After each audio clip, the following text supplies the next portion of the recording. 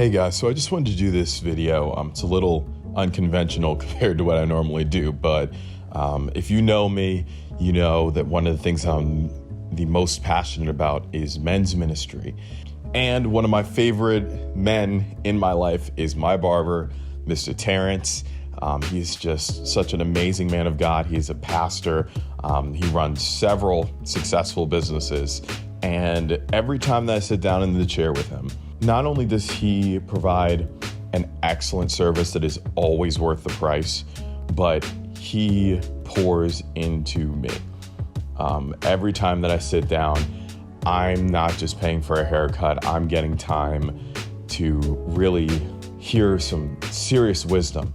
So I asked him if I could record us while he was cutting my hair, because he's always spitting like such real truths and so much wisdom and knowledge from his years of doing ministry and raising sons and just spending so much time with men, with his brothers, and knowledge and wisdom from his father that I just had to share that with you guys. And I'm so glad that he was willing to come on camera for this, because he's just awesome. So we were basically just talking about men's ministry before this, and he just really started spitting some stuff towards the end here, and I wanted to share that with you guys, so enjoy.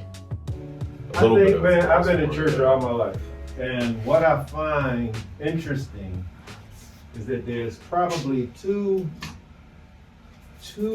how do I say this?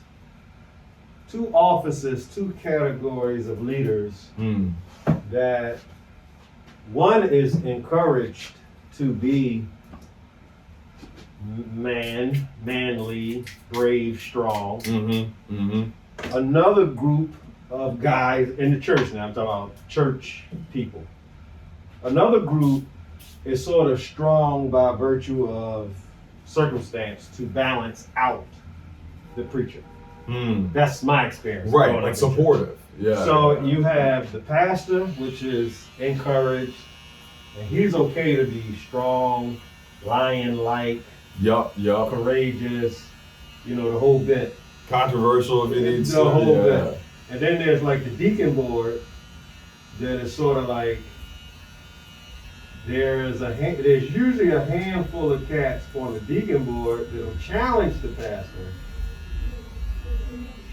They either hang on him or they trying to balance his power out. Right. So but for everybody else, as a man, you're sort of like, well, you just support the pastor and go along with his vision. Right. And whatever that means. And somehow your manhood has to fit in that drawer.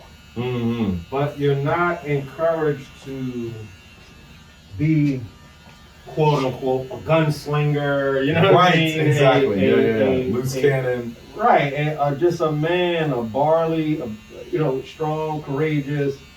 I'm cutting out a new path. You're not really encouraged.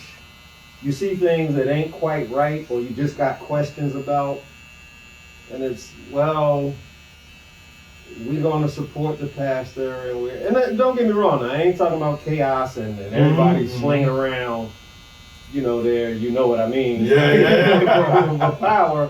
There's a way to do all of that where it's still balanced and it's in order and it's not chaotic.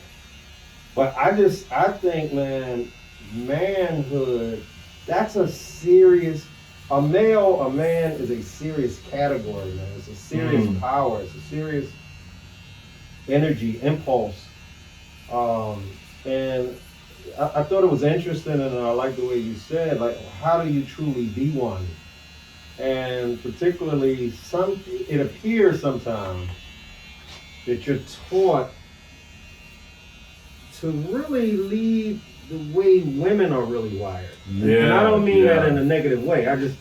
Women are more intuitive, sort of. Now again, like you say, when you're being videoed, you have to be careful not to say things. But I'm still behind you. I agree. And I don't mean to say women aren't calculators, they're not strategists. I don't mean that. I just mean in the general sense. Sort of let it happen. You see, I'll feel my way around. That's hard for men. Yeah. That's hard to say, well, we're gonna give the pastor or the leader the benefit of the doubt, and what's happening don't make sense to you. Right. That's the real detail I want to put in there. Like, wait a minute, yo, like, how are we doing this with money and don't nobody else know what's going on? Right. You just trust and believe. Yeah. That's hard. I'm not saying that's not difficult for a woman either. Right. But that's hard for guys. Mm-hmm. You know what I mean? Like that. But I can go on and on. I'll stop there. Yeah. I think manhood is a serious thing. Like the old ancient Israelites, back when they were, they put their vocabulary together based upon their environment. So most of those ancient cultures weren't like, we have a very phonetic and romantic language nowadays. It don't make it wrong, it's just our language. The ancient people, their stuff was really based on a lot of concrete stuff from their environment. So one of the concepts about being a male or man, ish, you got ish and ish, woman, word pictures and all that kind of stuff. You have a leader. There's break down all the Hebrew words, but basically the thing is, it has to do with a leader, has to do with a hand, a working hand, and then another letter has to do with fire or destruction, connoting that which is to be consumed or dangerous fire. So there's a root to the word man that literally means fire. Aleph in the shin means fire. Now with the yod-ish, the yod in the middle is a picture of the hand. So the thing is, when they came up to what vocabulary, what word are we going to use to describe a man? Yeah. And they have a leader whose hand is in the fire. Like there's something risky and dangerous and hard and that's what a man is. Yeah. We like that stuff. You know what I mean? Right. We like the roughest sports you can find. Yep. We like, so forth and so on. So that's what a male is like. But we're like, we've really been docilized. I completely agree. Just kind of wait back, gotta work it out, And meanwhile, man, you got people who pushing Satan's agenda. Right. And they bold about that stuff, man. They out and about, they're in the neighborhood selling this, selling that. Doing this violent thing, stealing, robbing. Like, look, that's yours, I want it, give it here. Right. And I'm willing to, whatever you got coming back at me, I'm willing to risk it. Right. And, but are we really, as brave about what we believe too, from a masculine perspective? Like you say, when you look at the life of Christ, he stepped to the leaders. He went in communities where no one else wanted, dealt with people that nobody else was dealing with, and just willing to stick his hand in the fire and right. You know what I'm saying? To get results. I think it's a good thing, man, that you're addressing and wanting to deal with men. I think that's a beautiful thing, man. That's just a beautiful thing. I mean, just like you were saying, it's like that boldness and that action that I feel like is missing, as well as like a level of vulnerability with each other. Like, 'cause it's really easy, and we're just talking about this too. It's really easy to be vulnerable with women because they make it easy. But it's like, until we get to that stage where we have someone like that in our life, all we got is our brothers, And it's like men will always encourage men to be men. Women will not always encourage men to be men. That's correct. Because they don't know how to encourage you how to be a man, because they're not a man. Their natural, generally speaking, impulse is safe and security. And nurturing. So it's like that's not always pushing them out the nest necessarily. And you got some mothers, they'll do that. Like, There's you need a couple, to get your life together. But generally, men are like, yeah, dog, you're supposed to be scared, but let's go do it. Yep. And there was your son was just telling me this quote that you had about like how God answers with how do you put it? It was something you said about like he'll either answer in Supernaturally. Yes, yeah. Strategy. Right, yeah, dude. Say that. Can you say that all the way through? Because I heard him say it for you, but. Yeah. Hold on, how does that look? Oh, that looks fantastic. Yeah. That's it. Oh man, I haven't seen my head in a little bit. This is great. No, that's perfect. So I was doing this thing on prayer, just studying prayer, and again, all I've ever known about prayer is just, okay, you pray and you hope God hears you and you hope things happen. Yeah.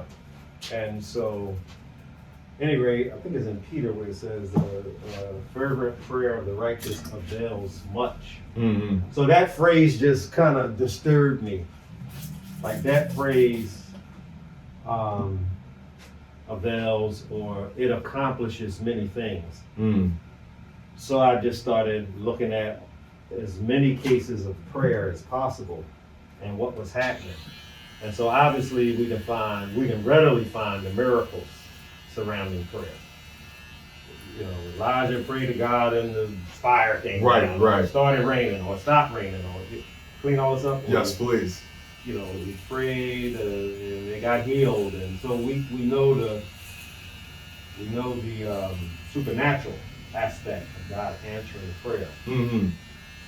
But then I read something very interesting, man, in Daniel, where, you know, Daniel prays for an answer from God, and then so many days go by, he doesn't hear anything. Yeah. And what was interesting, it says, and while I was praying, while I was making my supplications, while I was, talking to God and asking and praying, and he said the angel came to him and says, we heard your prayer, and I am here to give you, I believe the word is wisdom and skill.